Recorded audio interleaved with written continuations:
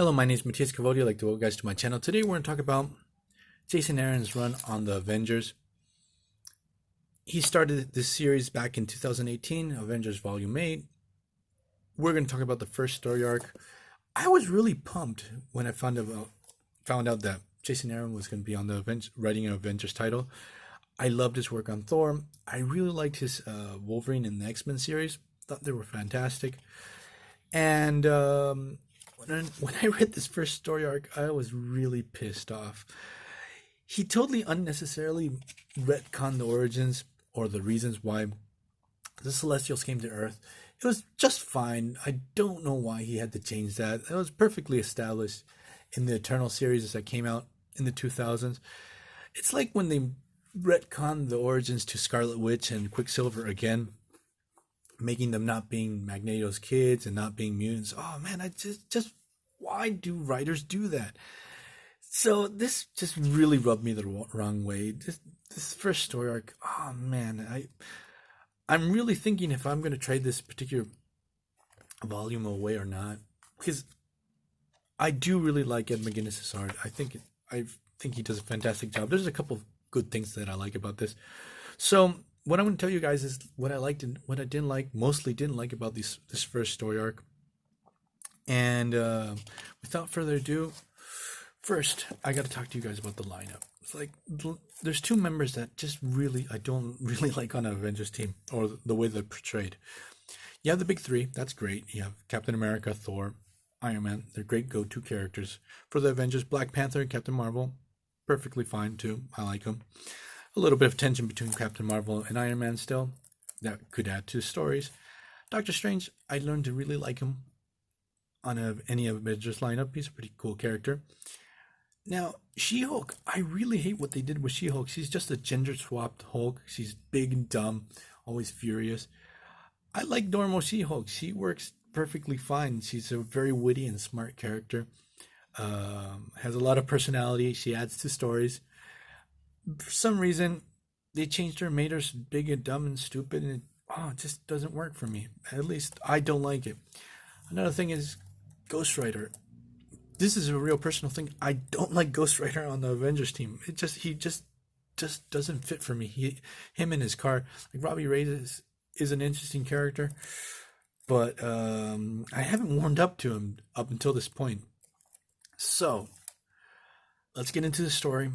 One thing is that I live in Argentina, and one really sad thing is we got the first two story arcs here in my country, and it's been almost over a year since they haven't published anything of Avengers, so I'm not aware of what has gone on in Jason Aaron's series after this, because I don't read digital comic books, and I love only reading. I only try to read physical copies and stuff like that.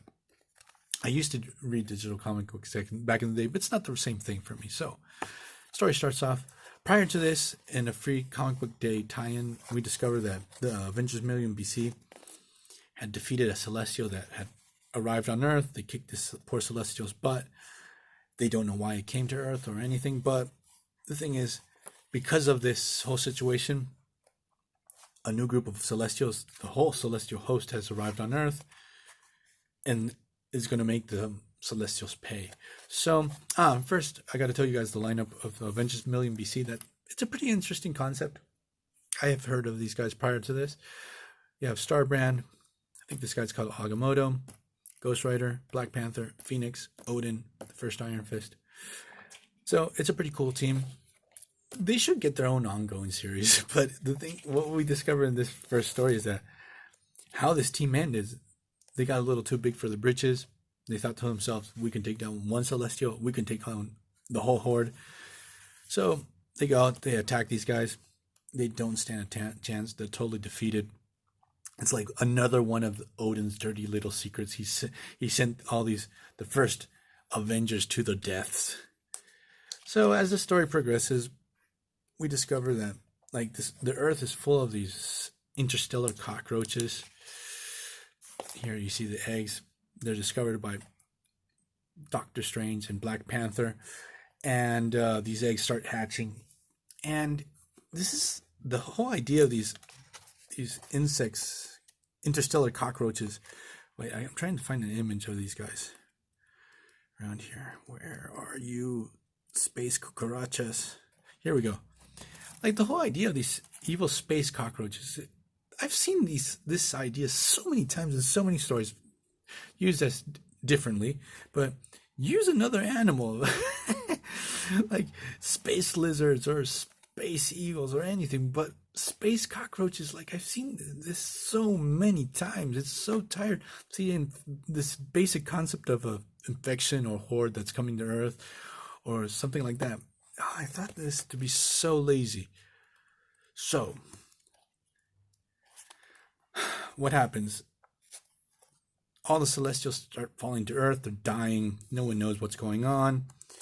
And what we discover is this new group of dark Celestials. Like these are evil Celestials. They have arrived on Earth. And they are working with, and I can't find the image. I marked the page. Well, they're in cahoots with Loki. So up until this point, I thought the story would be pretty cool. The whole, maybe the concept of these evil Celestials and stuff like that, sort of new.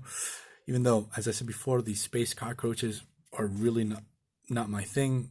I think the concept is sort of lazy. They could have done something a little bit different. So the Avengers are trying to find out what the hell is going on. They're having to deal with these 4 gigantic Celestials that arrived on Earth. They know they're going to be in big trouble. And here's what I'm telling you about the dumb She-Hulk. As I said before, I just feel that it's not the best of ideas. If you're going to have a dumb Hulk, use the normal Hulk. And as the story here, we find out they're in cahoots with Loki. Why are they in cahoots with Loki? Don't know. It's always super convoluted, Loki's plans and stuff like that. But what we discover later on is that a long time ago, 4 billion years ago, before there was life on Earth, a first Celestial arrived. It was infected and dying. It died on Earth. And this infection went into Earth's core. That's where these space cockroaches come from. And this sort of sparked the whole situation of the birth of life on planet Earth, the evolution and all that. And basically, humans and all life are byproducts of this infection. And that all the times the celestial hosts came to Earth, they just changed the reasons why they came. They came here and saw this infection and they went away.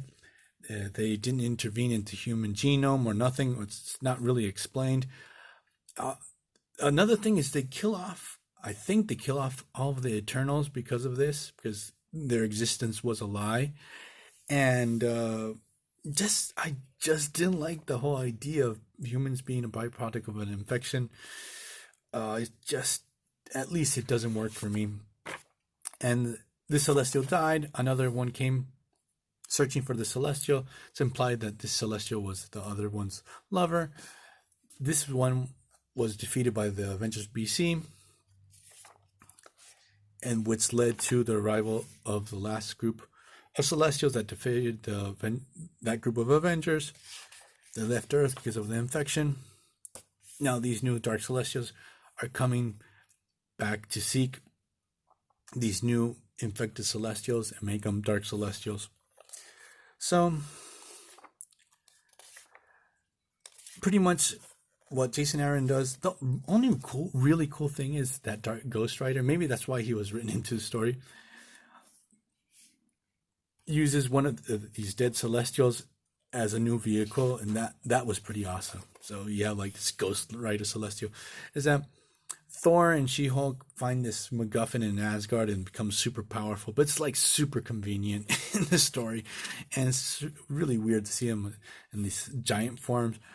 Iron Man always had this gigantic mech Iron Man hidden away, and they're able to deal with these new Celestials, finish off the whole infection and stop it.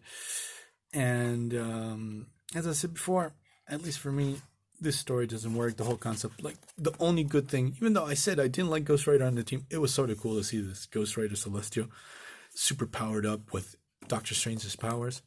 So, but why did you have to retcon what they had established previously, Mr. Aaron? Don't know. It could have, this whole idea with the Dark Celestials could have totally worked with what was established previously. So, hope you guys like this video. See you guys next time. Bye.